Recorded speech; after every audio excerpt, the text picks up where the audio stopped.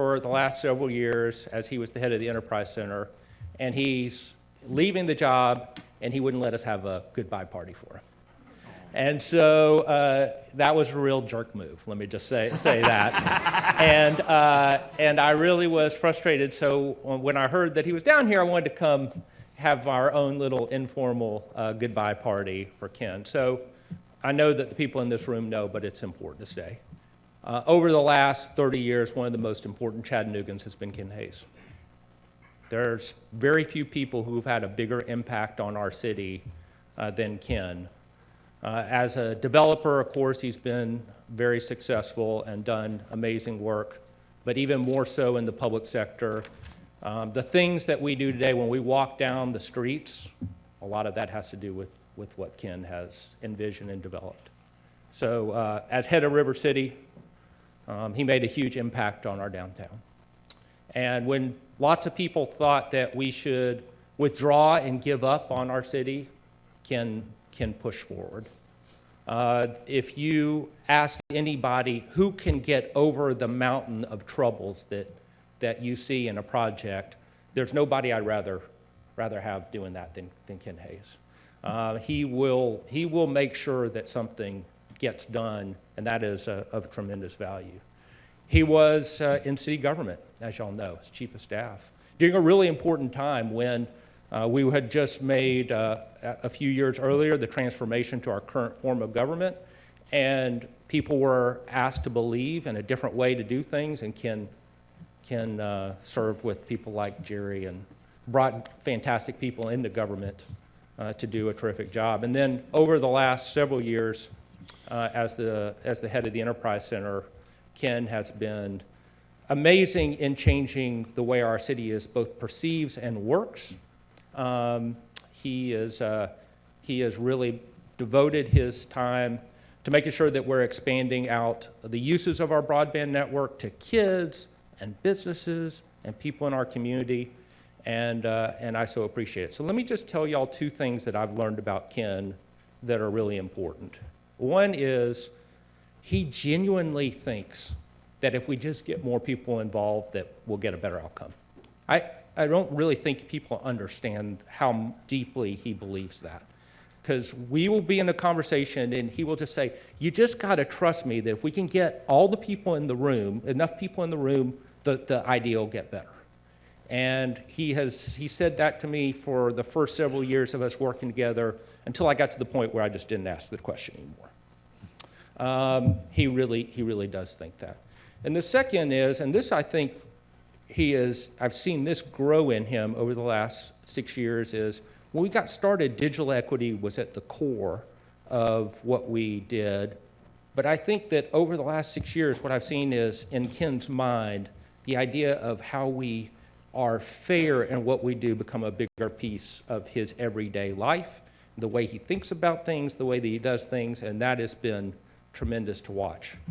So the way that I'm going to get past my anger at Ken Hayes is to ask him to come to this podium with me right now.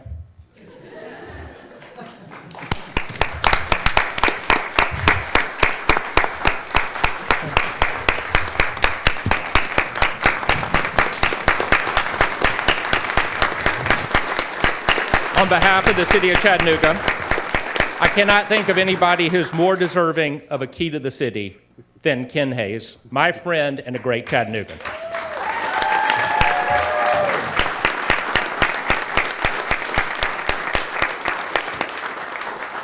I am super angry at the mayor.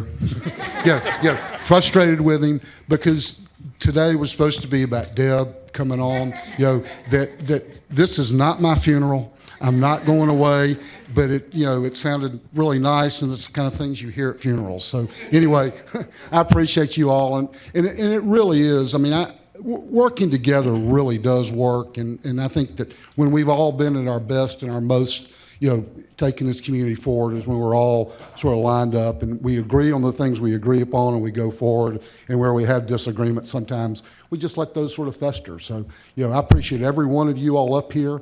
Councilman Byrd, I'm glad you finally made it. You're a little bit late. So, anyway, thank you, though. Wait a minute, Ken. We want to continue this funeral and say all the things that we didn't say when you were alive, okay? So at this time,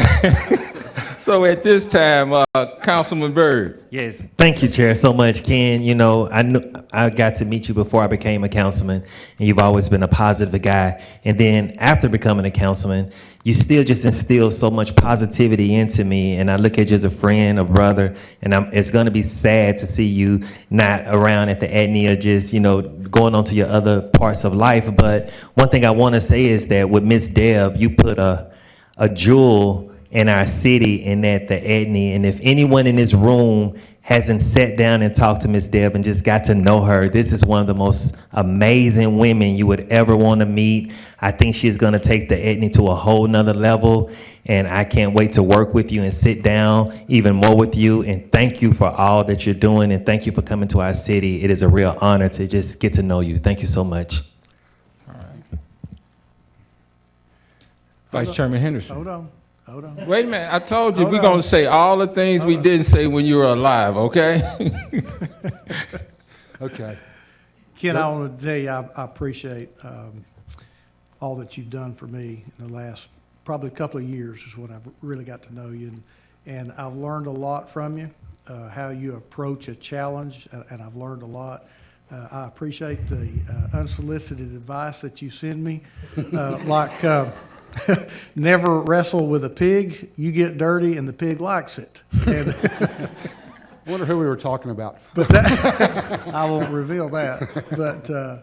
But I appreciate the advice and all the help that you've been over the past couple of years, and you've been a great asset for this city. Thank you, sir. Councilwoman Coonrod. Thank you, Chair. I gotta say that when you first made your speech and introduction, I thought you was talking about me, but and I was like, oh wow, okay, somebody finally noticed. but I must say that I'm thankful for the opportunity to have graced your presence, Ken Hayes. I've enjoyed the many walks around the blocks discussing various issues. I've learned a lot from you. And that's what you're the prime example of what leadership looks like for me, because I like the opportunity that I can have to glean from anybody that can help in my growth. You are one that I will maintain contact with. I was a bit saddened when you announced that you were going to retire, but I've been trying to get the mayor here to city council office. So if it took for you to retire, we need to get you coming back retiring every time. You let me know when you want him here, and I'll come back. Absolutely. But I'm thankful that your replacement, Ms. Deb, she's a wonderful person, her mind. And when you meet people that actually get it and want to work and plow through the doors, the obstacles, the barriers that prevent people from having equitable opportunity through digital equity, is very important. Everybody should have the opportunity to, no matter wherever you live, the zip code that you reside in, or any community that you live in, you should have access, because that's what's moving our communities forward. You've done such a great work here in Chattanooga. I have no doubt that whatever you decide to pursue, you're going to be great. And those are the people that I want to follow behind, great people that's leaving footprints to where people can better improve their lives. So thank you so much for all that you do. And then I can't help but shout out my wonderful mayor, because he can identify issues that hinder people, and specifically people of color, people that are black, people that look like me. And he is not afraid to tackle those issues. So thank you so much, Mayor. Thank you so much. Ken, I just want to say thank you for all you've done, and you've been real important to me. You know, we've been friends, and as they've said, you know, you tell things the way it is, and you bring people together, and that's really what's important about our city, is bringing people together with different ideas, with different cultures, you know, with differences that really should be bringing us together versus trying to keep us apart. And you are one of the ones that brings us together. And I'm not going to say I'm going to miss you, because I know you're going to be around somewhere, but I want you to do your best to enjoy this semi-retirement. And that's one thing you need to do, is get rid of that phone if you're going to have any peace in life. And Deb, once again, I can't say you're a superstar, And the fact that, you know, you go by Deb, that's so powerful. You know, you think of the one names, the princes and all the other people in our nation, in our world that goes by one name. You are truly one of the top ones, and we're really excited to have you here in our city. Okay. Now, this is the resurrection. You can go now. Thank you so much, everybody. It's been a pleasure. All right. Thanks, Ken.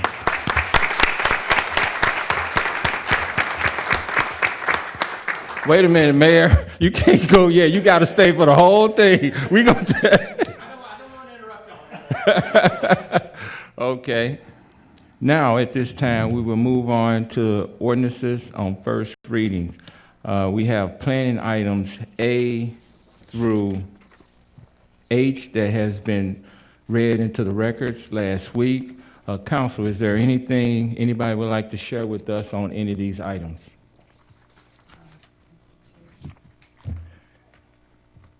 Councilwoman Burrs. I'm sorry I'm a bit late. I would have said this earlier. I probably will be deferring item H. Okay. For 1 week, 2 weeks? Sir, I think it'll only be 1 week. There's some stuff that still hasn't been worked out. I've not received any drawings yet. So it may just be a week. Sure. All right, thank you, Councilwoman. Thank you. Councilman Smith. Thank you, Mr. Chair. Item C, this is an item we have deferred for a little over a month or close to a month now due to the fact when it was first brought forward, it didn't even have a site plan attached. Since that time, we have had a site plan. It has been sent around. I have heard back from residents in the area. And as of right now, there is still a substantial amount of opposition to this item. I believe we will hear from some of that opposition this evening. Just want to say that this hasn't changed yet, so I look forward to hearing about it this evening. Thank you, Sure. sir. Thank you, Councilman. Councilman Gilbert. I'm going to defer E till next week. The gentleman's out of town this week, and he would like to come next week and explain his project. Okay. And I do it at 6. Which one is it, Councilman? E. E? Okay. Okay, thank you.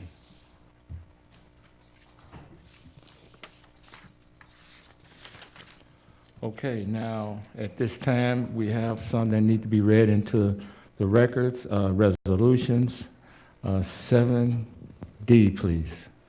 A resolution authorizing the city treasurer to accept the proposal from the county trustee and enter into an interlocal agreement to manage and administer all real and personal property tax collection lawsuits filed by the city during the term of interlocal agreement.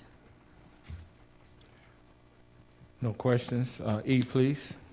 A resolution authorizing the Chief Human Resource Officer to renew blanket purchase order number 545788 with Outsourced Staffing LLC for temporary employment services for 12 months from October 1, 2019 through September 30, 2020 for an estimated annual expenditure of $600,000. Okay, thank you. F.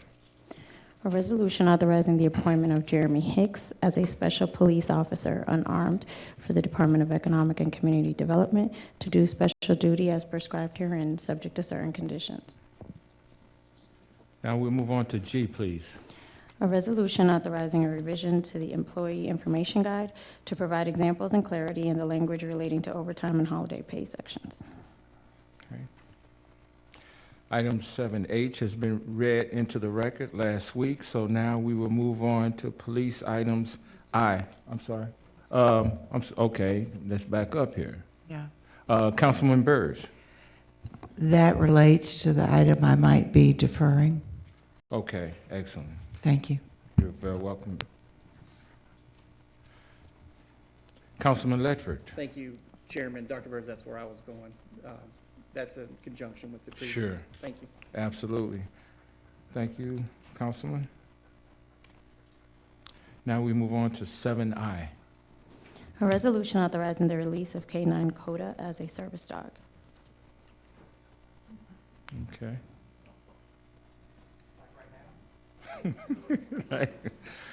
Item number J, please. A resolution authorizing the retirement of K9 Kilo, or Kylo, as a service dog. Okay. Councilman Mitchell. Well, we'd like to see that dog do something. We talked about getting Anthony Bird a suit and see some training exercises, but he didn't seem to be willing to do that. But Dog snacks in his pocket. Okay. oh, we're going to talk about a departmental report? Okay. Thank you, Mr. Chair. Okay, thank you, Councilman Mitchell. Okay, we did. Okay, item number 7K has already been read into the records. Madam Clerk, thank you very much. That closes this part of the agenda session. Now we'll move on to departmental report. So we have police and fire that's teaming up today. Is this a prelude to the event that we have in the fall, I believe?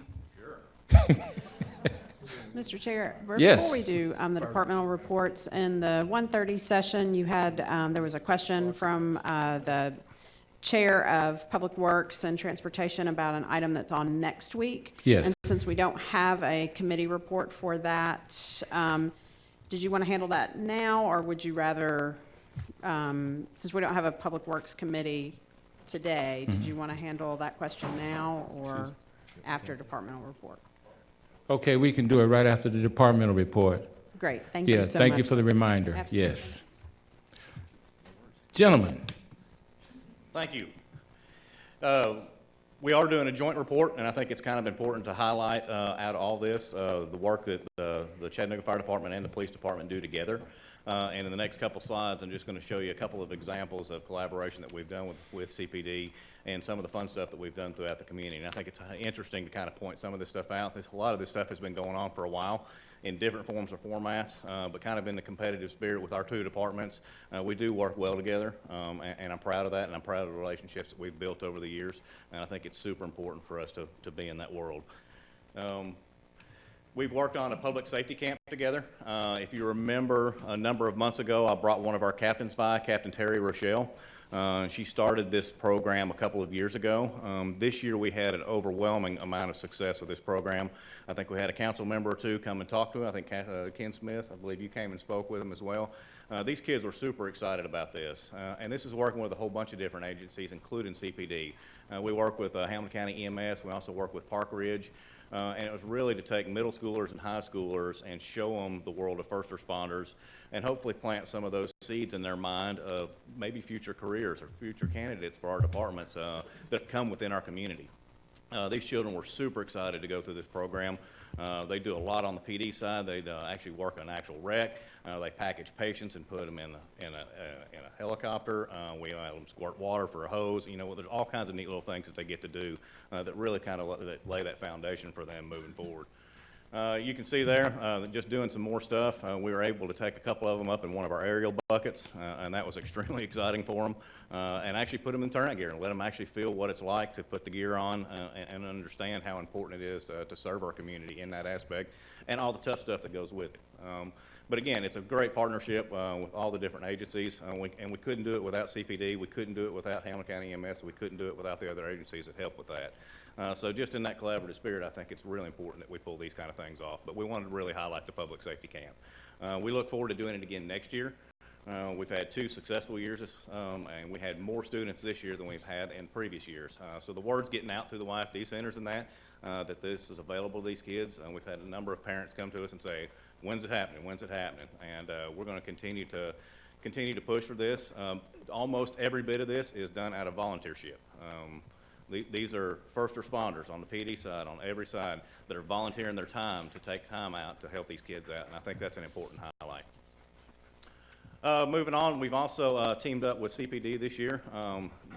They're obviously always involved in the active shooter stuff, but what we found across the country is that fire departments have had a difficult time integrating into this system as well. And this is the first year that CPD and CFD kind of teamed up together so that we can help on these active shooter events. They're traumatic events, but there's a need for both agencies to work together to help a very chaotic and a very dynamic situation. For agencies to be able to work closely together, I think is extremely important. Not everybody can do it by themselves. So working with this year we were able to train every firefighter and every police officer and do an active drill every week through our in-service program to test how we work together and kind of bounce ideas off each other and see what works, see what doesn't work. And we were able to do a drill this past year at Grace to kind of test the whole system. But this is the first formalized training that we've done as a joint department and got a number of first responders through this. And it's been extremely successful, And in the end, the whole goal for the fire department integrating into this is to take over emergency care for individuals that have been either shot or injured, which we haven't always had in the past. It's all solely relied on CPD. So we actually are putting fire department personnel in the so-called warm zone, where before we just kind of had to wait until they eliminate the threat or reduce the threat, and then we go in and save patients. Well, you know, time is of essence, and with somebody laying there bleeding out, we can actually send firefighters in there to do medical skills almost immediately while they're addressing the threat. So I think that's super important that Chief Roddy has let us team together to make that happen. Another agency that we're working with, you heard Camilla Bibbs Lee speak a couple weeks ago and talk about safe stations, and she's talking about all the work that she's doing through the New Start program. We will, at the end of this month, we'll be announcing our safe stations as for people with opioid addictions. It's a safe place that the fire stations, all of our fire stations now will have access to CPT, to Lieutenant Hickey, and the New Start program. If people present to those fire stations, we're actually able to get them help and connect them with resources and not leave somebody out there stranded. And I think that's kind of an important thing too. And it's just another example of an agency that we've been partnered with. And I think this one's super important for those addicts that need help. And lastly, I think this one just speaks volumes. Coming from a CPD chief officer, if he could swap jobs in city government, he would love to be a fireman. So with that, I'll leave it with you. All right, point Philip. That was well done. I'll give you that one. But reflecting on what Chief Hyman just shared, the active shooter integration between fire and police is absolutely the edge of what agencies are working towards across the country. When you get into an active shooter situation, an active violence situation, lives are saved in seconds. Through blood loss, through traumatic injury, whatever we experience as first responders coming in there, the ability to save individuals' lives, it's literally a matter of shaving seconds off of the timeline to get them medical help. So for us, in that training, it was really the same tactics. It's how we go about clearing things and getting a scene safe and dealing with possible threats or those individuals that are bringing violence into our community. But the willingness for the fire department personnel, that was a whole new step for them. That was them stepping into a situation that, to be honest with you, most fire departments in this country are not doing. So I would say the overwhelming bulk of the credit for that partnership is the fire department. They stepped into a brand new arena by wanting to come into that scene and that situation with law enforcement, and I give all the credit to them and under Chief Hyman's leadership, the willingness to do that, and it just makes this a safer community. As far as what we've done this summer, it's the same thing that you've seen from the fire department. We both understand the needs to reach out and support the youth within our community.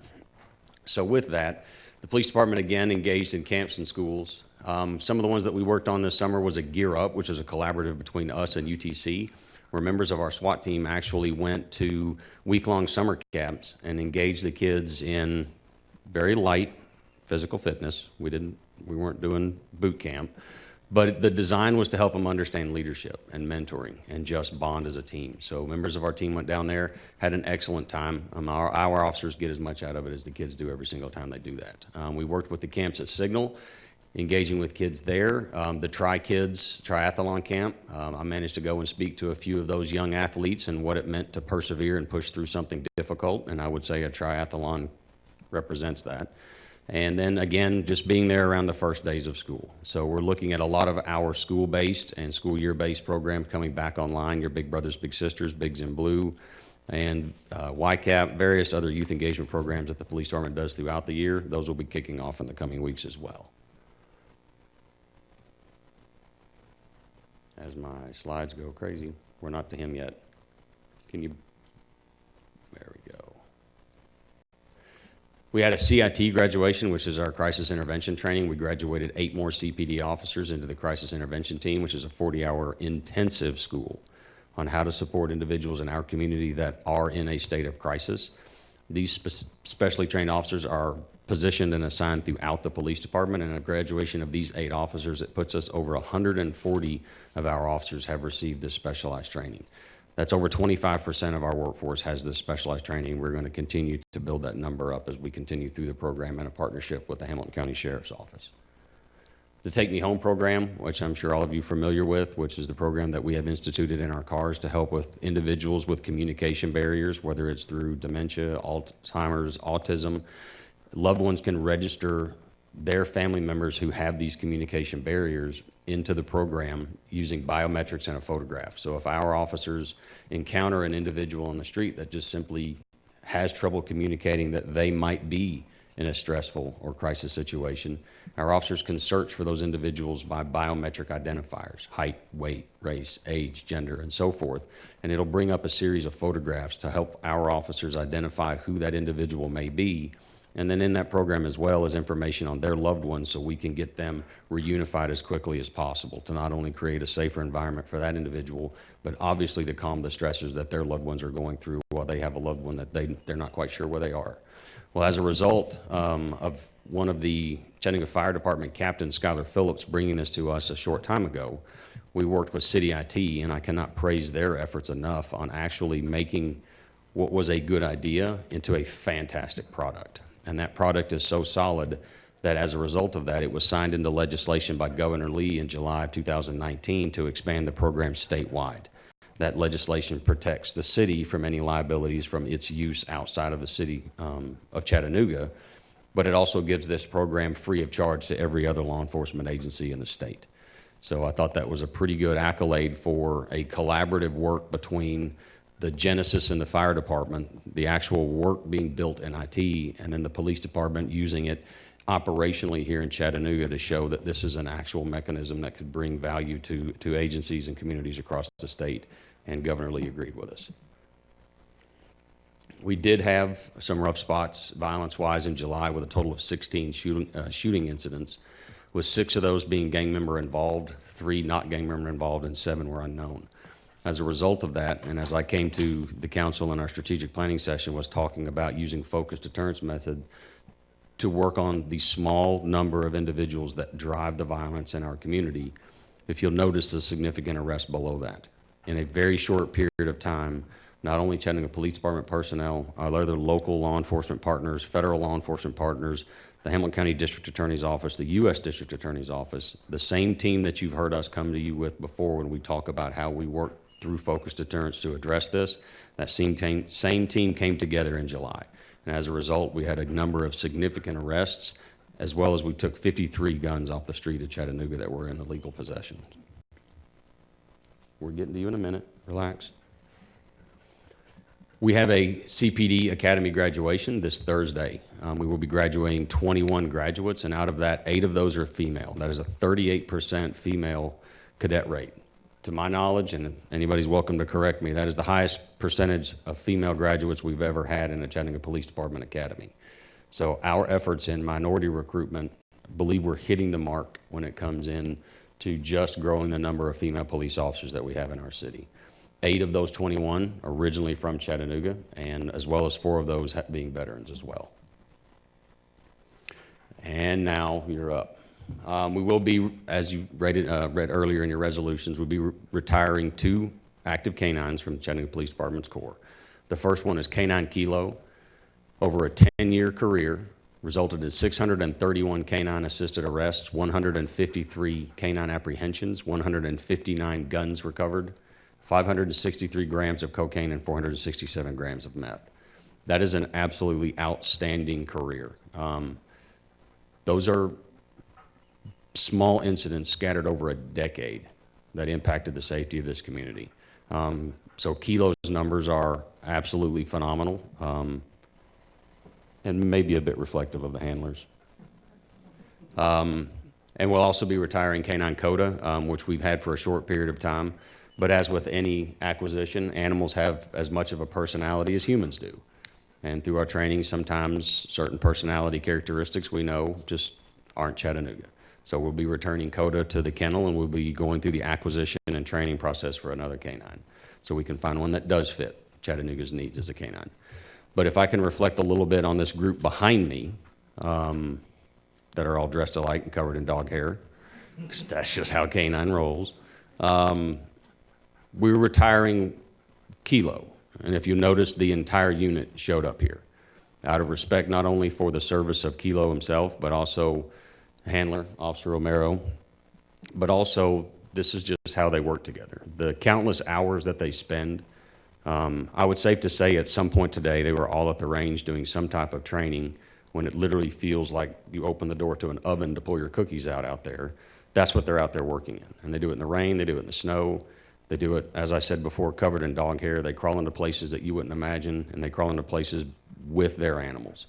So as far as dedication and selfless service, there are fewer units within the Chattanooga Police Department that as a whole exemplify that. And this group standing behind me deserves every bit of recognition for that. So that is your department report. You are free to pet the dog at your own risk. And if you have any questions, I will let Chief Hyman answer all of those. Thank you. Thank you, Chief. Yes, sir. Yeah, they're gonna do They will do I hear them, but I whatever don't. you would like. And if I remind you, council's actions are a majority vote, so if you want Councilman Byrd in the suit, it only takes 5 of you. All right. So move, yeah. All in favor? Opposes? I got the first $5.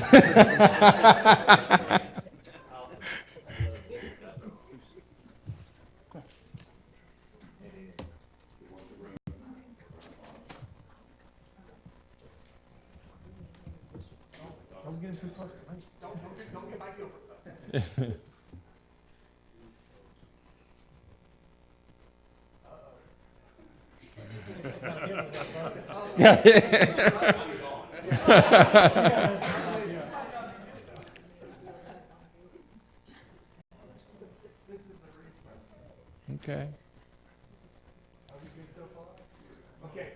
All right. Want you to take the rest of the room? Yeah, right. Mr. Vice Chair, you can sit down now.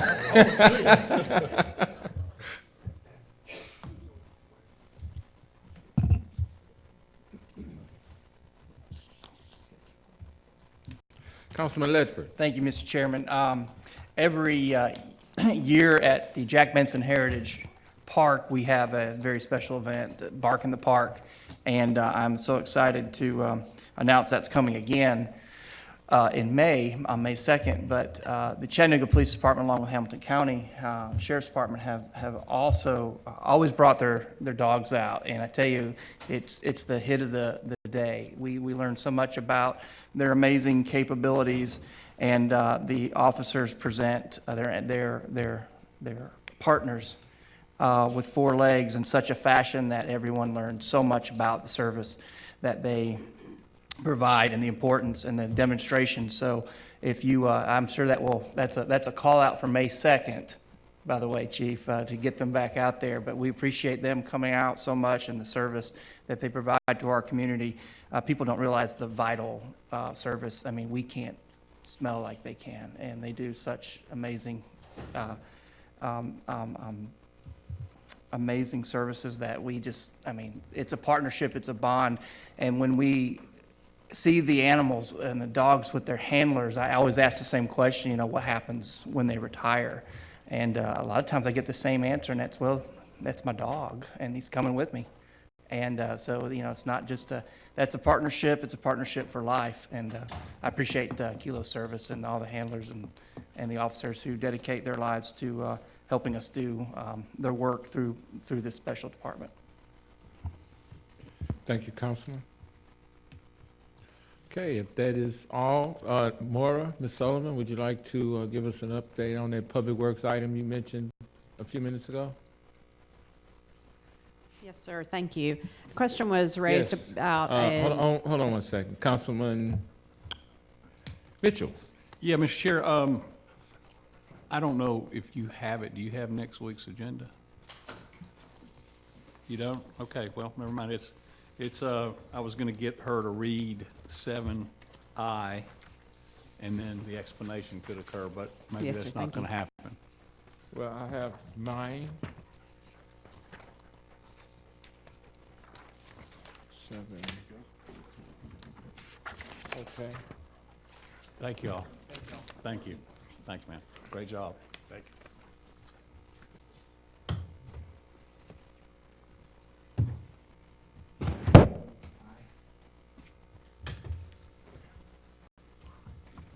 I can read it for you, Mr. Chairman, Well, if you'd like. She got it. Oh, she okay. got 7I, please. A Next week. resolution authorizing the approval of change order number 2 for J&J Contractors, Inc. of Chattanooga, Tennessee, relative to contract number Y15008201, the new Avondale YFD Center to retain the current available contingency amount for an increased amount of $887,710 for a revised contract amount of $5,840,249.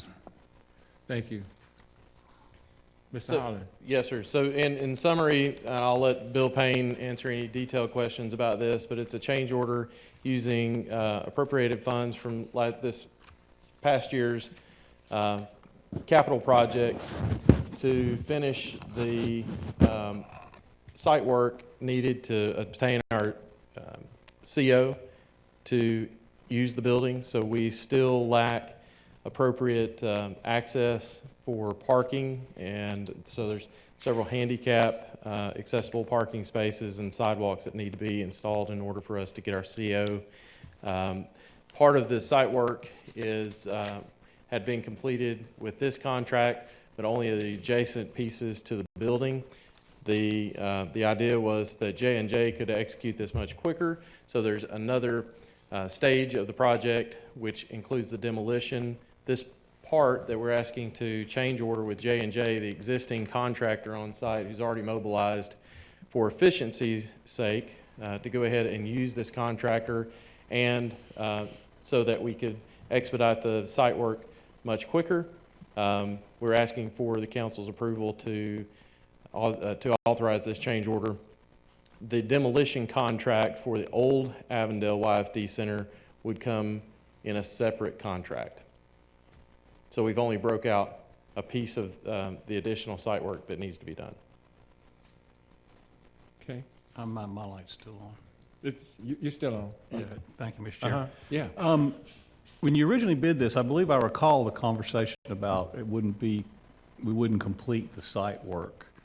But why would we bid something that would not allow us to get a CO when we originally bid it? And especially with the amount of increase we have now, that we basically have, I assume we just got a quote from the contractor who's on site, and we're moving forward with that. Why did we do it that way? We did. So we worked through a CRF with the contractor, which is a change request form after we advised the contractor what we would like to see that scope be for this next phase.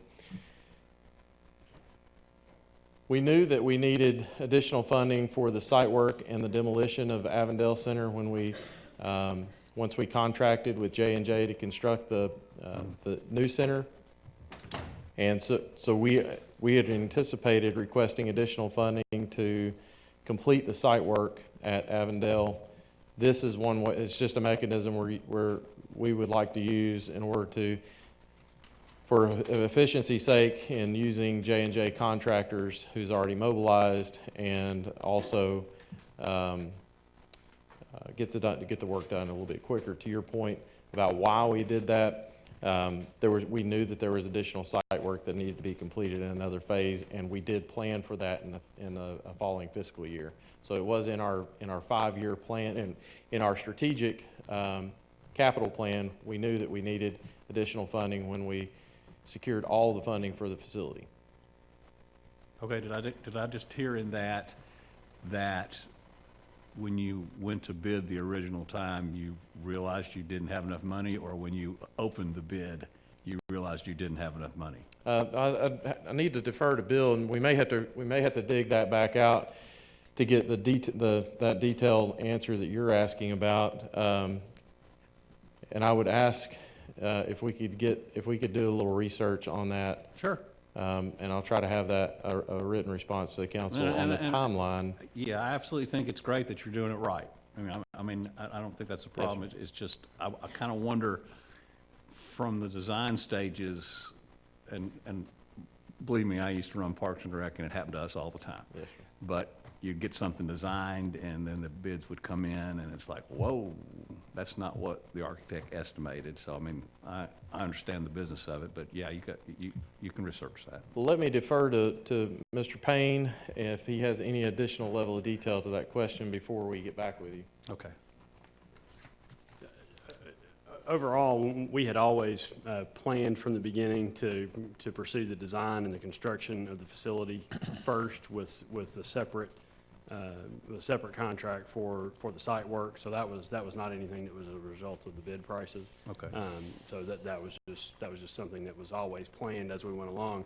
Originally, as far as doing this change order in this way, is really mostly a result of the fact that while we've been under construction with the center, we've just continued to see escalating prices for site work generally. And so many things have continued to increase in price. We needed to do all we could to try to value engineer the remaining site work down. And in doing that process, we found ourselves that the most expeditious way to go ahead and complete the CO was to include a portion of that site work, accelerate that forward now. We will be, we're currently out to advertisement for the demolition, and we will have a second contract for the remainder of the site work, so that everything can be completed similar to the way that we have everything laid out. Okay. Thank you, Mr. Chair. Thank you, Councilman. Councilman Byrd. Thank you, Chair. Definitely just want Justin and Bill to let you guys know that J&J has been a joy to work with.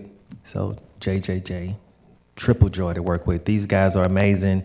They've always been at the phone, and the community really respects the work ethic that these guys have, the professionalism, and I just think we couldn't have chosen a better company to do this. And I just want to thank you guys, and if you get a chance, please let them know that the community and everyone around the staff really appreciate the hard work and the extra things that this company is doing to make this project come along. And so just want to thank you guys for it. Thank you.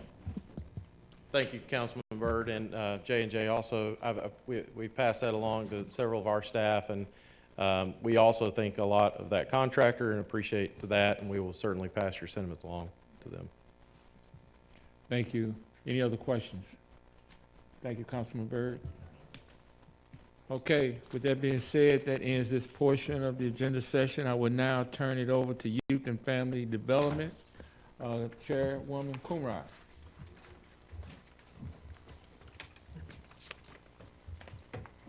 Get my seat back up.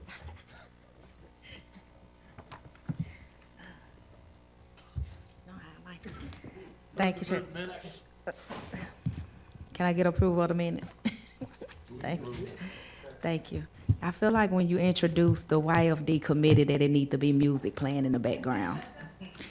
Because we're the best, as DJ Khaled says. Well, okay, Coach, what you got for us this time? Last time it was a whole sermon. We was ready to shout, throw shoes up. So I know this week you're coming for something. Madam Chair, members of the council, thanks for always giving us an opportunity to showcase the work that you all have given us an opportunity to do. And we're very grateful to serve in this capacity. And thank Mayor Burke for his confidence in selecting us to lead the department. In the summertime, as you all know, national research shows that summer learning losses take place when children are not actively involved in summer activities. And our department has taken a strong commitment to make sure that children are actively involved in learning and recreation, character development, and the overall development of youth and working with their families, and having fun at the same time. National research also shows that children that are actively involved in the summertime with activities, that they are less apt to be involved in trouble. So we have a safe, fun, learning, and character development opportunity for our children. Now that school has started, I met with two school leaders, and they are very excited and grateful that children come back to school ready to learn, excited to learn, and we're glad to be in partnership with our schools.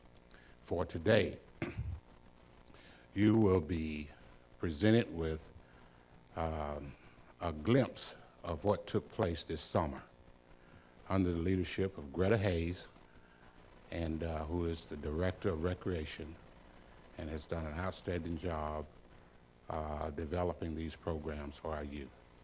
So Greta, would you please come and share with our council and audience the outstanding work that we've been doing for the summer. Thank you, Coach. Good afternoon, Council. So now I get to tell you what we've been doing all summer. It's a hard act to follow up here with these guys, but I'm going to do my best. So let me see.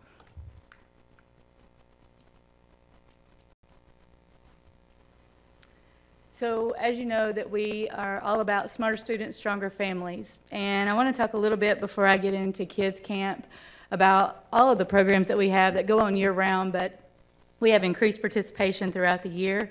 So I wanted to highlight that we have had, in our Chattanooga Ambassadors program this summer, we had 28 CAP students that received employment orientation through the city of Chattanooga.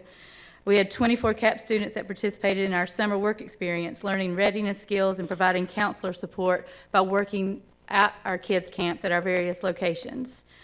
With our sports program this summer, we had our Senior Olympics program, who's coordinated with Richard West and Kelly Price at Wyatt Recreation Center. And we had 340 district participants of seniors in our community, and we had 350 participants that qualified and participated in Franklin, Tennessee at the Senior State Games. We had 179 local participants in the Major League Baseball pitch, hit, and run competition. We had, out of 179, 67 participants that qualified to go to the sectional.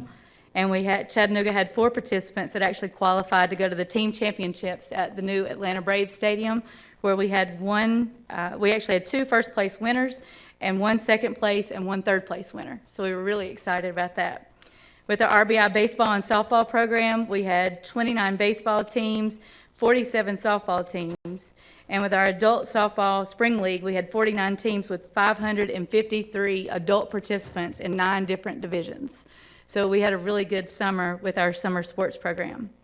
With our aquatics, this includes Warner Park, Carver, South Chattanooga, and Brainerd. It also includes the splash park at Warner Park.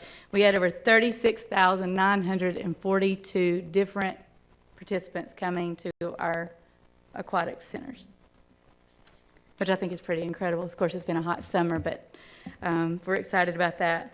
Elaine, with our Therapeutic Recreation Division, had over 90 individuals attend Camp Zoo Ability this summer with the support of over 50 volunteers.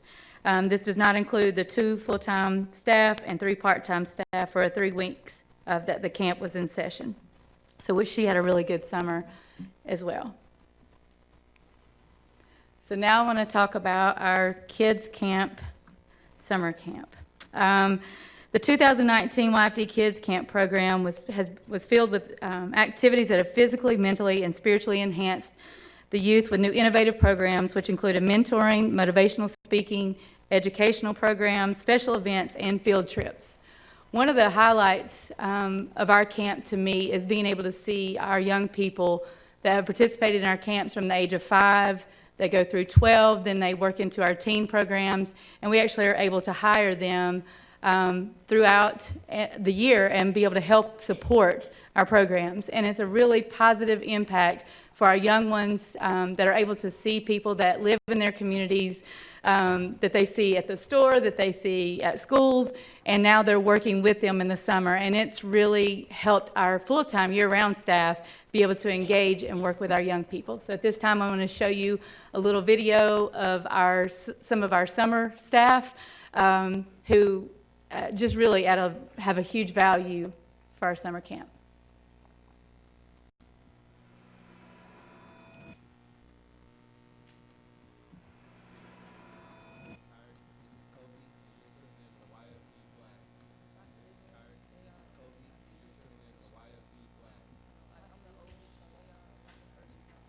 Stand by. Go to the YFD centers, it's a great place to be at. Can you start that over, Dan? Things there, and you can do Lexia, you can do that.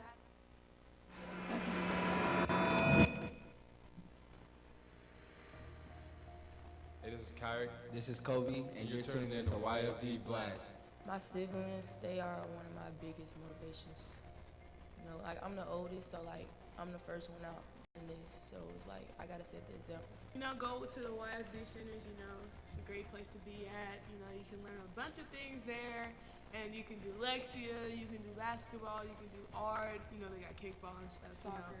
You have a bunch of activities, it's fun, you get to learn everything there, and it'll make you a better person when you grow up. You'll have a bunch of memories, so we want your child to be in it too when you grow up, so. Just put your mind to it. It might be some disadvantages, but as long as you're willing to give it your all, it won't be nothing to worry about. The advice I would give is to take advantage of all the resources and opportunities that the city is giving, because a lot of people don't have the opportunity to get to those, and they're really just trying to help and help people better their lives and stuff. So just take advantage of those. The beginning is going to be tough because there's not a lot of eyes on you, but as you start playing more and more eyes, and then you won't know who's watching, and you might get what you want. I went to Avondale, Washington, Eastdale, North Chatham. You want to play any sport, really. Always trying to do something that makes you different and something every day to push you to being a better person, just in general and in that sport. So you're not sitting in the house all day. I mean, you can play the video game for a couple hours, but make sure you get a workout in. A quote that I live by is, hard work beats talent, and talent doesn't work hard. Be yourself and don't try to change yourself for the people that's around you, because you have to realize at the end of the day, everybody's human, but the way you present yourself to people that carries you a long way. And that people talk, and if you have a good reputation, that will help you with a lot of things. Look, if you may not be the best, highly recruited, and someone says to the coach, hey, he has a great personality, and he's very respectable, that coach will offer you just off that, because he can trust you and you're accountable. It always give me a place where I could go inside and make friends and always play basketball. Follow your dreams and don't let anyone tell you that you can't reach those goals, because usually the people that tell you that you can't reach those just don't want to see you make it because they know you can reach those goals. So just make sure you just have tunnel vision and just stay focused, because you can make it wherever. You just gotta be willing to put the work in. Just because you don't play a sport or you're not athletic doesn't mean that the centers don't have anything to offer for you or that you're going to get overlooked. There's a place at the centers for everyone, and so you may not have a skill in one thing, but education-wise, you can always help somebody. You can always help the facility managers, and volunteering. It's a good way to grow in other aspects other than just sports. I feel like it's a good way to keep you occupied, because I know me and my friends used to always get in all types of trouble and stuff, and if we were out doing something like that, if instead of playing basketball, then we're more likely to get in trouble than if we're playing basketball, because it just helps you not get in trouble. It helps you stay on top of stuff. Only I can change my life. No one can do it for me. Just be a leader, be yourself. Don't try to be a follower. Don't try to fit in with everyone else. Just try to be the best person. Be the best you can be. Just stay focused on your dreams and what you want to achieve. You can pretty much do anything you want to do, but it's up to you. The way I look at it, if it's somebody on this earth doing it, then why can't you do it? The quote that I live by is a quote by Nick Saban. It's those who can stand the pain of discipline don't have to stand the pain of disappointment. And my dad actually told me that quote when I was probably in about 6th grade because I didn't make the varsity team. And so he talked about that, and he was talking about like getting in the gym, and if you can stand the pain of like being disciplined, getting in the gym and doing all that kind of stuff, and it goes for anything like schoolwork. If you can stand being bored for hours and doing homework, then you won't have to stand like not being able to hang out with your friends or not being able to have your phone or Xbox and that kind of stuff. Always continue to work hard and never give up, and make sure you stay on the right path. Hard work beats talent when talent fails to work hard. Make excellence your standard. It's like you gotta work for it if you really wanna get to that place where you wanna be. And I also look up to my sister. Like, I see her doing some really big things out there, and I mean, like going to Mongolia and doing all this stuff. I mean, I really look up to everyone that I have in my corner, and they just tell me to keep working for it, and that's what I'm doing. The quote that I live by is live your best life. The quote I live by is I can do all things through Christ. So just like smile and laugh and fall out the chair or something? So y'all want me to like tip the chair or something? YFD, music, dance, and award show. Oh, you can tell that it's hanging. Like, I just went here and found it. YFD, music, dance, and award show. So that's just a little snapshot of some of the amazing young people that are here in our community and that we have in front of our little ones all throughout the summer. A big thing that we're doing is really trying to empower our youth, and I want to say a big shout out to Kenawa. You can see him here. He's putting forth a massive effort to help get YFD out in front of our community, educate them on what we're offering, the programs, and really engaging everyone to be involved at our YFD centers.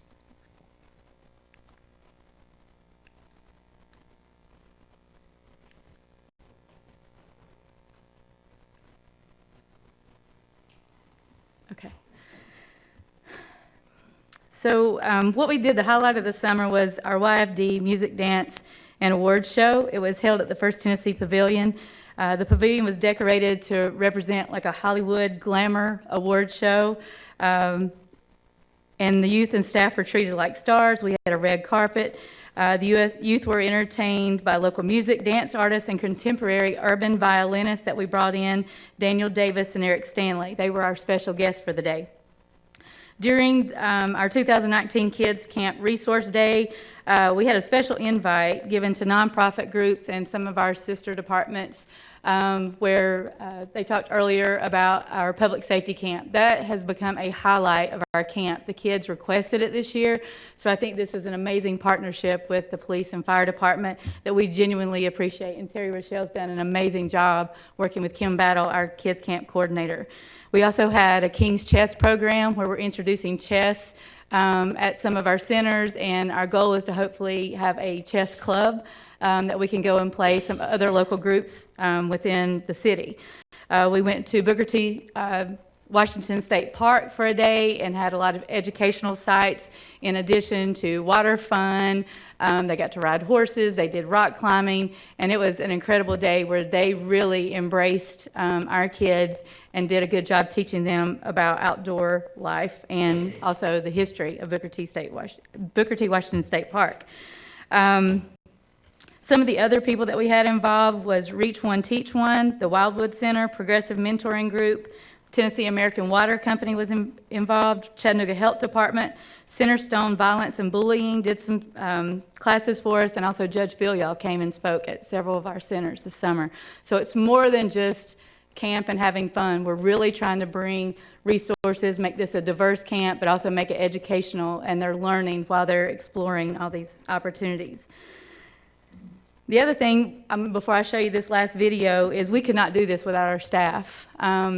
Full-time staff, part-time year-round staff, and then our seasonal staff. Now this includes our CAP participants, lifeguards, people that work on our athletic facilities, everybody. We have almost 490 staff that help make this happen. So it does take a village, and it takes people in our community that care about our youth to make this happen. And our full-time staff do an amazing job. Right now, we've changed and trying to strategically manage our centers better, so they're broken down into zones.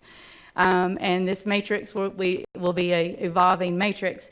But we have 4 zones, and we have the centers broken down in those zones. And we voted on our coordinators, and then some of the existing the staff voted on the best summer camp performance by a center, and then we also recognized the best year-round programming.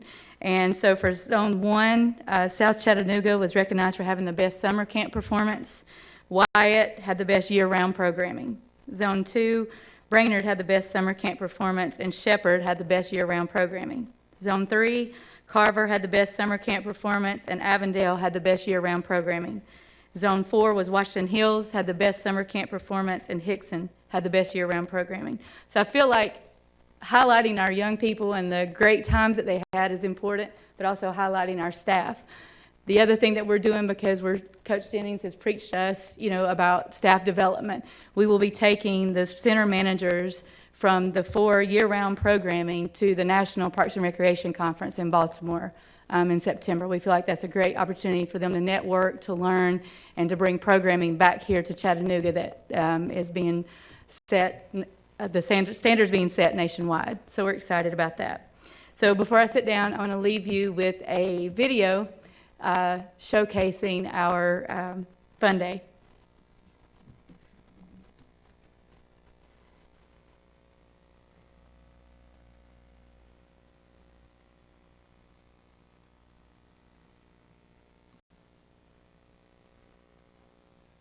Could you turn it up a little bit?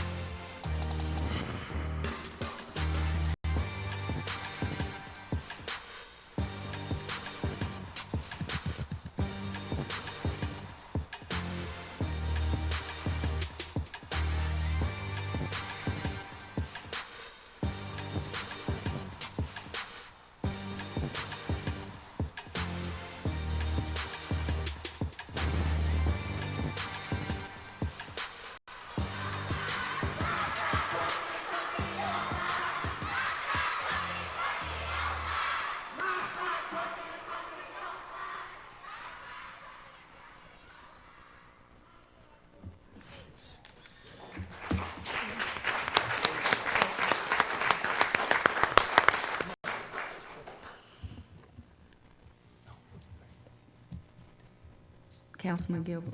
If you write anything on your computer, you need to get grammar. I write all the... Coach and Greta, y'all do a great job. I had an opportunity to go to Booker T and see, I think it was about 2,000 kids up there. And for them to go horseback riding, some kids would never be able to touch a horse like that, but they was able to ride and experience canoeing.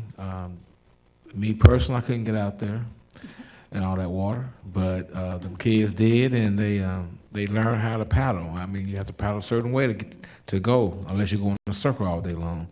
So it was a great opportunity. Hopefully, during the summer of next year, around July, no, excuse me, not July, but June or May, I hope to challenge some of the council people where if we have any funds left over that we can support the kids at this camp, especially because a lot of kids want to go swimming and things of that nature, and it does a cost factor with that, but it's an opportunity for us to give back if we have anything left over for these youth, because it touches all our districts.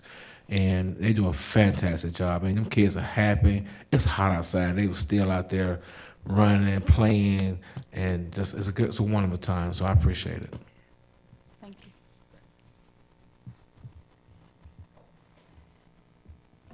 Councilman Byrd.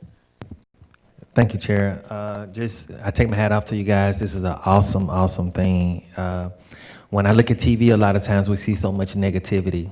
These kids, a lot of times, that negativity is at their back door. These kids live in these communities. You know, I'm in one of those communities where I live where you hear gunshots all night long. You hear about people fighting. You see the police running up and down the street. These kids don't get enough chances to smile. And looking at this video, seeing these babies smile and enjoy themselves and get trophies, and you're planting the seeds of that you can do it, you can be great, you can do some amazing things. It just warms my heart to know that, you know, we are giving them a chance. And like echoing what Councilman Gilbert is saying, any funds or anything we can do, I want to be a part of it to make sure that we continue to push these efforts, because this is our future. This is the direction of the leaders of Chattanooga that's right here in front of us, you know, and I think we need to pour all we can into them, and we need to continue to support them. And I just take my hats off to you guys. And when you get a chance and you see Kenawa, tell him that Councilman Byrd said thank you. This young man, when I tell you anything I need, anything I ask him for, he's right on top of it. I appreciate the work he's doing, and he is out there from Carver Center to Avondale to East Chattanooga. This young guy is running like crazy, so I really appreciate him. So if you can, please give him a what's up for me and tell him thank you so much for his work. I will. He's definitely drank the YFD Kool-Aid. Oh my He's God, all yes. in. It's all in. Yes. Thank you guys, thank you. Any other questions? Councilman Byrd. Yes, I'm sorry, Coach. I was in visiting some of the centers. This is a side note away from this right here. Could you help me with understanding how do we do the rentals for our YFD centers? Like when someone is wanting to rent their facility for a birthday or rent one of our facilities, who can rent them, and do you all know how that's worked out? Well, anybody can rent the center if they are a legitimate organization or individual that is vetted properly and is going to use the center for worthwhile activities. Right. And we have a rental policy and fee that the facility manager can give them direction into how to make that happen. So they fill out the application for the rental. Yes, sir. And are willing to pay the fee, and it goes to our administrative offices for approval. And Greta usually oversees and handles most of those approvals and fees that we approve to make sure that those activities in our centers are something that is worthwhile.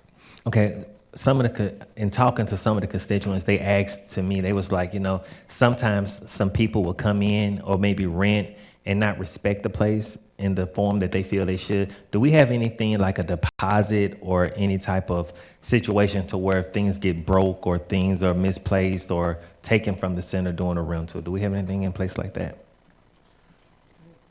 Well, if there is an issue or concern, our policy states that we can charge people for if there's a break-in or a messing up of our facility and they haven't taken care of what we require of them. So we can follow up and if we can't, or not allow them to use it again if they're not willing to cooperate and take responsibility for using and taking care of our facility. Okay, I talked with Councilwoman Coonrod and you as well, sir. I've gotten several phone calls where some people just felt like in the community that, man, these folks didn't appreciate or didn't respect the facility, and that, you know, they felt like the rental fee or whatever, like the people kind of took advantage, and they would say, hey, I know you can't rent anymore if you damage something, but then they'll go get their cousin to go rent it or a friend to go rent it for them, and they'll come in and still not respect the facility. And this is something that has to sustain for years to come. So I'd like to talk to you, Coach, about that later. Absolutely. We need to revisit our facility policy. Okay. And make any adjustments or upgrades. We'll talk about that, and we'll be glad to entertain any concerns. Thank y'all so much. Really appreciate it. Any other questions? Well, I just gotta say, every presentation, we always have that one that I always try to sprinkle a little negative stuff on the presentation. But we're gonna let that slide by today. But Coach and Greta, you guys are doing such an amazing job. This is where it starts at, because we touch everybody from the youth to adults. We have so many empowering programming that can change everybody's life, change the trajectory, the path that they're on, into something positive. And, I too, I live in a inner city community of Eastdale where we hear gunshots, blocks over, people are found dead. And some of the souls of the kids that I encountered are just completely empty, depleted. And you're pouring into these kids, and when I see them smiling on the video, dancing around, full of energy, I see, that you've empowered them to see their dream. They're living their dream. They're living their best lives. I see doctors, lawyers, whatever they dream of being, you guys instill that in them, and making sure that you all selecting a great staff that we have working with our youth that understand that some have challenges and they're able to deal with that and help them move forward. So I really appreciate that. Of course, I'm glad that everybody is on board for my department to get extra funding, so we'll make sure that's in the next budget. We'll approve of that. But anything else that we can do, just let us know, because we want to make sure that we're pouring into the programming that's helping everybody. Thanks. Well, we want to thank all of you all. We could not do what we're doing without the support of this council. And as we go out every day, think about what we can do to make Chattanooga a better place for our youth. We know one thing they need more than anything else, and that's hope. That's right. And if they have hope, they can push through anything that they're challenged with in life. And we keep trying to give them the hope that they need to overcome the challenges that they face every day, because we all have a story, we all have challenges, but we can't let those challenges stop us from reaching our goals and aspirations in life. So thank you all for all that you do in supporting us, helping the most challenging young people sometimes in our community. And we thank God for you. Yeah, and hey, I just want to also add that we had some staff to come, like the police department had they staff come up supporting K9. Hey, we got our staff here too. Area, we had Dr. Banks was here. Who else? Yeah, that's how we roll. We come in a pack. Thank you, Coach. Appreciate it. Thank you all. All right, so now we'll turn it over to economic development. Make sure y'all ask all the questions.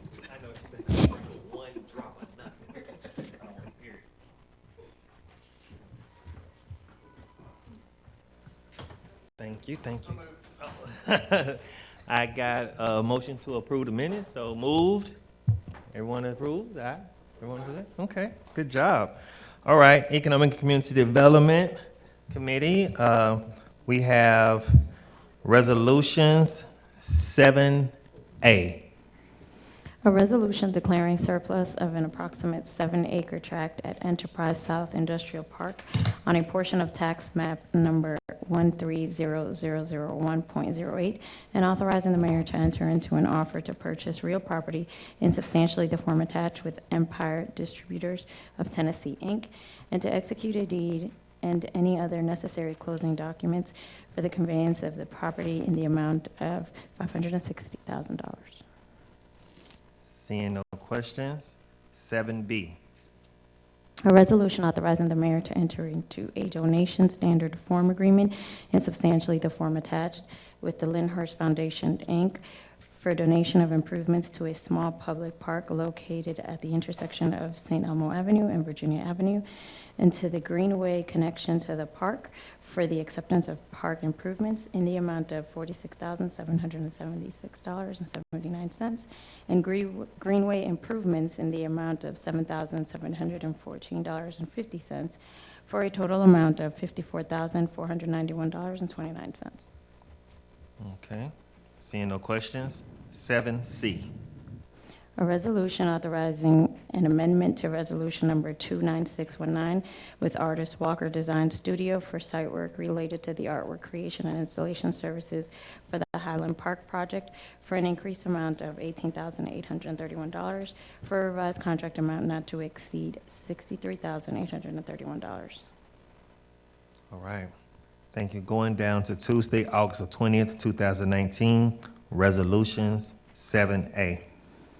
A resolution declaring a surplus of property located at 5500 North Access Road, further identified as tax map number 118HA001.04, and authorizing the mayor to enter into a donation agreement in substantially the form attached, and any related documents between McCamey Animal Center and the city of Chattanooga for the donation of the property, inclusive of reversionary language in the deed that should the property cease to be used for the stated purpose, it shall revert back to the city of Chattanooga. Okay. 7B. A resolution transferring $20,000 from Economic and Community Development Funds to the Industrial Development Board for implementation of economic development construction mitigation grants for the Chattanooga Department of Transportation's Patton Parkway construction project. 7C. A resolution authorizing the administrator for the Department of Economic and Community Development to enter into an agreement in substantially the form attached with Viewpoint Government Solutions for Viewpoint Cloud Software in the amount of $271,470 for 1 year, with the option to renew for up to 2 additional 1-year terms for a total of 3 years. Okay, seeing no questions. 7D.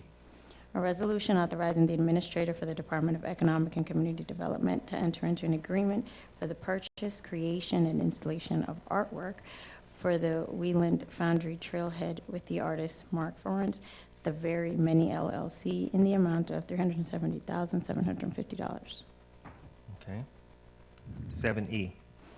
A resolution authorizing the administrator for the Department of Economic and Community Development to accept a grant to support the Economic Mobility Planning Project from the Benwood Foundation in the amount of $60,000 and the Community Foundation of Greater Chattanooga in the amount of $50,000 for a total amount of $110,000. Okay. 7F. A resolution authorizing the administrator for the Department of Economic and Community Development to execute a professional services contract with MDC, Inc. for consulting services related to the Economic Mobility Planning Project to be paid from the Economic Development Fund for an amount not to exceed $160,000. All right. Seeing no questions, at this time, we will have a, a display. We will have conversations and talk about a plan with the economic mobility. And Stacy, hello, Stacy. Hi, Councilman, Mr. Hi. Chairman, thank you very much. Thank you. I have a PowerPoint. So I'll try to be brief, and I know that a lot of times when we talk about mobility, you all may immediately think about scooters, and I just promise I won't talk about scooters. Hopefully, we can all agree that economic mobility is great, even if we may have different opinions on scooters. So the City of Chattanooga has been working on economic mobility for years, from the work of this council supporting early learning, bringing jobs to the city, or support services for our homeless population. The Mayor's Council for Women has been keenly focused on economic empowerment, economic mobility for women and families. Each of your respective departments are keenly focused, and you've all been strong advocates on the issue. In addition, the city has been a part of something called the Network for Southern Economic Mobility, which is a learning network of southern cities where we worked with representatives from the county, criminal justice, juvenile justice, philanthropy, and the private sector to understand and strategize around economic mobility. So we've started a new process called the Chattanooga Dream, which the 2 resolutions on your agenda deal directly with. So why did we start this process? You may recall from the Mayor's State of the City address that he spent a great deal of time reflecting on the pronouncement that Walter Cronkite made about Chattanooga 50 years ago, that we were the dirtiest city in America. Some things have gotten better over the course of the 50 years, stabilized our public sector, cleaned up our air and water, reimagined our city with a vibrant downtown. But some things have not gotten better. In fact, some things have gotten worse. And unfortunately, economic mobility is one of those things. If you were 30 years old in 1969, you had a better chance of earning more than your parents if you're 30 years old in 2019. And I think that is a very sobering fact for folks, particularly because it is one data point that helps us measure the American dream, the ability that you can go from rags to riches. And so this deeply stuck in the mayor's mind. And as we thought about 50 years ago, the commitments that we made that led us to have such a great city, I think he decided it was time for us to commit ourselves over the next 50 years to taking stock of what the American dream is in Chattanooga and working to restore it here. I want to be totally transparent. The planning process will end with recommendations, some short-term, but also probably a lot of long-term recommendations. We didn't get in this problem overnight. As I said, we've been talking about a 50-year trend that spans multiple presidential administrations, tons of mayors. And so we're not going to get out of it easily either, but we have to start somewhere. And so before I dig into the nuts and bolts of the planning process, I thought it would be helpful to go over what exactly do we mean when we say economic mobility. Do I have a clicker or do you click? I don't see a clicker. Oh, I got it. Oh, there's directions. Okay. Okay, thank you. So economic mobility is the ability for someone to move up and down the income ladder over time. Relatively simple concept, but actually quite difficult to fully understand and operationalize. Thankfully, there's a growing body of research out there with some important new data sets that have been released in the last 3 years that show the current state of mobility in America. But before that, I think it's helpful to talk specifically about some definitions. So there are two measures of economic mobility, absolute and relative. Neither mobility measure should be taken without the other because they're both important to determine the likelihood of success in the economy. You know, we have lots of people in our city, some of whom we were talking about, we saw in that video, who they want to live a middle-class life. And in order to live a middle-class life, they need a middle-class income. If you make $15 an hour in our city right now and you have a child, you don't need a raise, you need a promotion. We have too many people in our city who are working too many jobs, and they actually need fewer jobs and better benefits. And so these two measures together help you sort of understand and take stock of the ability for someone to not just get a job, but to get ahead in that job, to get that next level to move into management. So absolute mobility, excuse me, looks at mobility across time. And up until recently, the United States was actually doing quite well in absolute mobility. It was relatively flat, but was not declining. And then some better data came out in 2017 and 2018 that show we've actually have been experiencing decline in absolute mobility.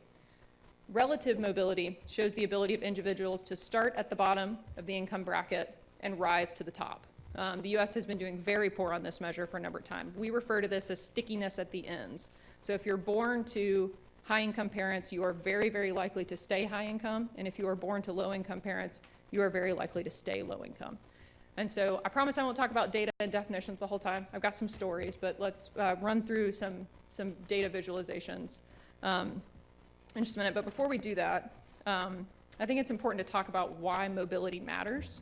The ability for someone to be born into poverty, work hard, put their head down and get ahead is the basic premise of the American dream. I think we would all agree on that.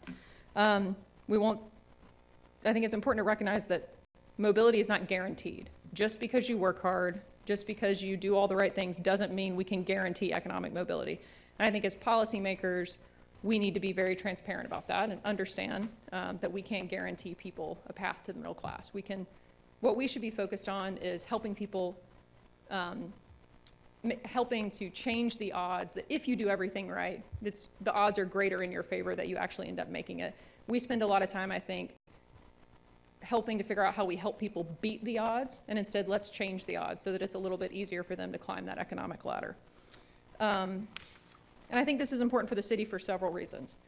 Economic fragility is incredibly expensive to taxpayers, right? So when people are working too many jobs and unable to make ends meet or have basic securities, they become much more reliant on public safety nets.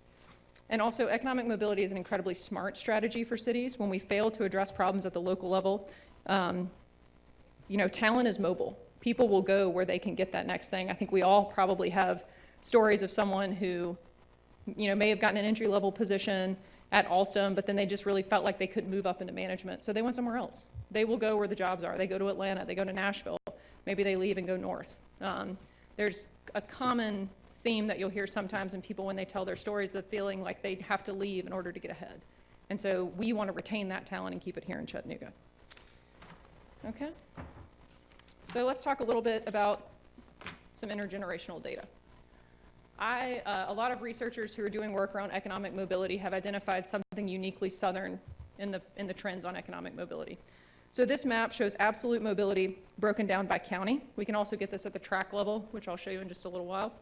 The red on this map means that people living in that area have a lower likelihood of making more than their parents at age 30. The first time I saw this map, it was incredibly staggering to me. I don't think researchers fully understand exactly why place matters so much in terms of mobility, but the South's unique history certainly contributes to the colors you see on this map. And so let's take a look over time. So we're basically measuring the same data, share of children making more than their parents at the same age going back over time. So as you can see, in 1940, we were actually doing quite well. And then over the course of the next 40 to 50 years, and we have a couple of more recent data points now, we're doing quite much worse. And in fact, millennials are now considered to be the first generation where the majority of them have a below 50% chance of making more than their parents. So obviously disturbing trends that we have to work to reverse. This is an interesting data point as well. So I've been talking to you about the ability to out-earn. I also think it's kind of fascinating to think about out-learn, right? So this shows the probability of a child attaining a higher education level than their parent. And as you can see, that's also been steadily declining, almost at the exact same rate over the last 40 to 50 years. And I think really speaks to some troubling trends in access to higher education and access to credentialing, which we know is an incredibly effective tool in mobility. So we've talked about the national level to kind of set some context, talked about a Southern context. So I think it's important to talk about Chattanooga. So there's an incredible new data set available called the Opportunity Atlas, and this is at the tract level. So this shows absolute mobility in Chattanooga. This is specifically for children who are born to low-income parents and the salary that they will likely make when they are 30. So I think what's important to realize about this map is that this is not just a downtown problem. This is not just a low-income census tract problem. This is a national problem, and every census tract, every single one of you has a tract in your district that is impacted by this issue. It is not an urban problem. It's not a suburban problem. It's an everywhere problem. But we also know that this is comparing people in Chattanooga to other Chattanoogans. So the heat map there is reflective of only people on the screen. But we want kids who go to school in Chattanooga to be able to move anywhere, right, and still be successful. Because we know, again, talent is mobile. So if you grow up here, you work hard, you get your credentials, and you want to move to Atlanta, we want you to be able to compete there too. So let's see what happens whenever we compare kids in Chattanooga to the rest of the United States. Again, this is a sobering fact. We did not get here overnight. It's incredibly difficult to turn the tide, but I think we have to start somewhere, and that's what this planning process is about. And I'd also say this data set that's been put together, it was recently released and visualized, is incredibly powerful. It can control for things like family structure, education, criminal justice interaction, and I would be glad to sit down with any of you all and show you how to mine this data set to get some interesting facts for your district. Okay. Catch back up to myself. So I also think it's incredibly important to talk about racial disparity in this work because it exists, and it's important that we consider it early on so we don't make decisions that actually end up making it worse. Racial disparities in economic mobility primarily exist between white and black young men. The disparities are not as stark between women, although they do exist. Like I said, researchers are still trying to figure out exactly what this means. Our data is relatively new, but we know that those racial disparities exist even when you control for family structure, education, wealth, all sorts of predeterminants. So basically that means an identical young white man, an identical young black boy, as they grow, black young man, as they grow up, they get the same credentials, they both have two-income households, they go to the same quality schools, they both have very similar family structures. It is much harder for African-American young men to achieve upward economic mobility. And I think there's promising programs out there that are working to correct this, but they're still trying to understand exactly why it occurs in the first place. And so if the council will permit me, I think it's really important to pair these very stark data points with, I think, some of the resiliency that Councilman Coonrod, you were talking about, how you see these kids in different parts of the neighborhoods, different parts of our city, and they're overcoming incredible things every day, right? So those maps don't tell the whole story. There are people with individual stories. All of you have mobility stories, times that your family faced headwinds and times when the wind was at your back. And so if you'll permit me, I'll tell a short little mobility story. I want to tell you the story of Dewey Radden, who got married right out of high school. This was in the 1950s when the South was still segregated. Moved to Detroit, worked for GM, got a union job with health care and a living wage, enlisted in the Army, stationed in New Jersey. While he was in the Army, he learned how to fix radios. That training helped him get a job in an electric company. The electric company then paid for him to go back to school, and he learned how to work on computers. He then moved to New York and worked for a computer company, lived in public housing in Brooklyn. He and his wife ended up saving enough money to move out to the suburbs in Long Island, which at the time was still segregated. Dewey and his wife, Darnetta, had a little girl while they were in Brooklyn. She decided to move back to Chattanooga because she could live with her grandmother and go to UTC. While she was at UTC, she met a young man who worked retail jobs. They got married, started to move up in their careers. She ultimately taught for 40 years in Hamilton County schools, and he ended up a manager at that retail store. They had 2 young boys. Their life was not always easy. At the time, teachers didn't have the option to spread their paychecks over the summer. So every summer, her paycheck just stopped. And her husband got laid off one summer with no income coming in. Her husband decided to join the National Guard in his 30s. Those 2 little boys went on, eventually grew up, and got scholarships to Morehouse. As a side note, one of those little boys is now Jermaine Freeman, who ended up working in the city of Chattanooga. But you'll notice several things about Jermaine's mobility story that helped his family enter the middle class. Strong public sector jobs, 2 of them are teachers, the military providing training and a great foundation, private sector paying to get them skilled back up, subsidized housing that allowed them to save and move into the suburbs, the role of public colleges and historically black universities.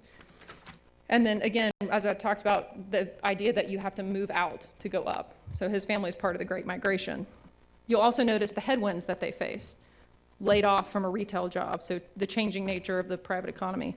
Segregation, even in the Northeast. Small things like the way that teachers were paid, right? So sometimes it's big stuff that makes an impact. Sometimes it's little things, like allowing an employee to spread their pay over the course of the year, as opposed to have to make them take it in lump sums. So we know that mobility is complicated. We know we have a long way to go. How do we make a difference? This is the million-dollar question. So a lot of cities are doing exactly what we're doing, coming up with a plan. And this is the framework that the organization that we're proposing to partner with uses to talk about mobility. And the basic hypothesis is that you complete your foundational education, obtain a credential, and enter the workplace more resilient. We know that changing anything in this cloud, as you'll see, we know that even if the education systems at play are strong, there's still other things that impact someone's ability to move up and move down in the system. We know that influencing any one of these things will take considerable time, strategic thinking, and resources. So we have a framework for deciding which issues we want to tackle first. And we're specifically looking at this through the lens of leadership systems and cultures. We know that leaders, such as yourself and leaders in the community, have to close the gap between current reality and the future that we want to achieve.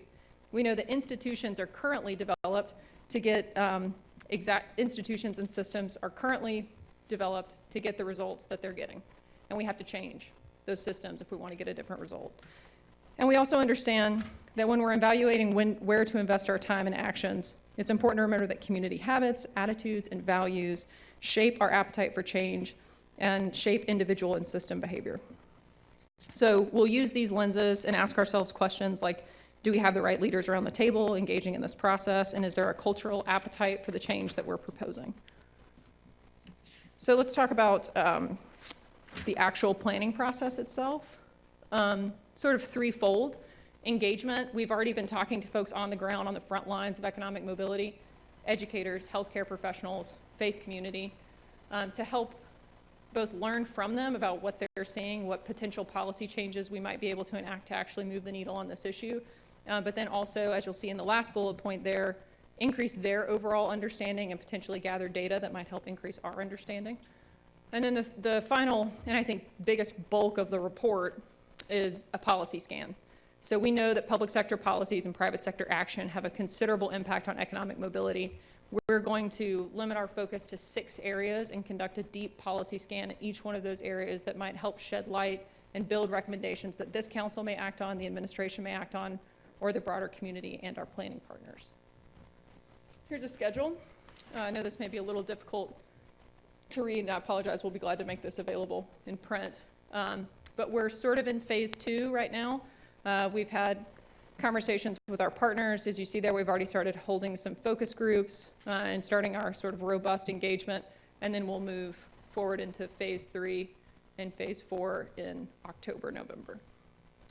So this planning process has resulted in some bold moves in other cities. We've seen people propose new affordable housing policies, improving provisions of mental health services, streamlining the criminal justice system to reduce the burden of cash bail, bonds, fines and fees. So there's lots of different recommendations. You can also see some cities have worked with philanthropy and are actually making recommendations on how to make their philanthropic giving more impactful with an economic mobility lens. So I think there are really a lot of promising things that we could accomplish through the planning process.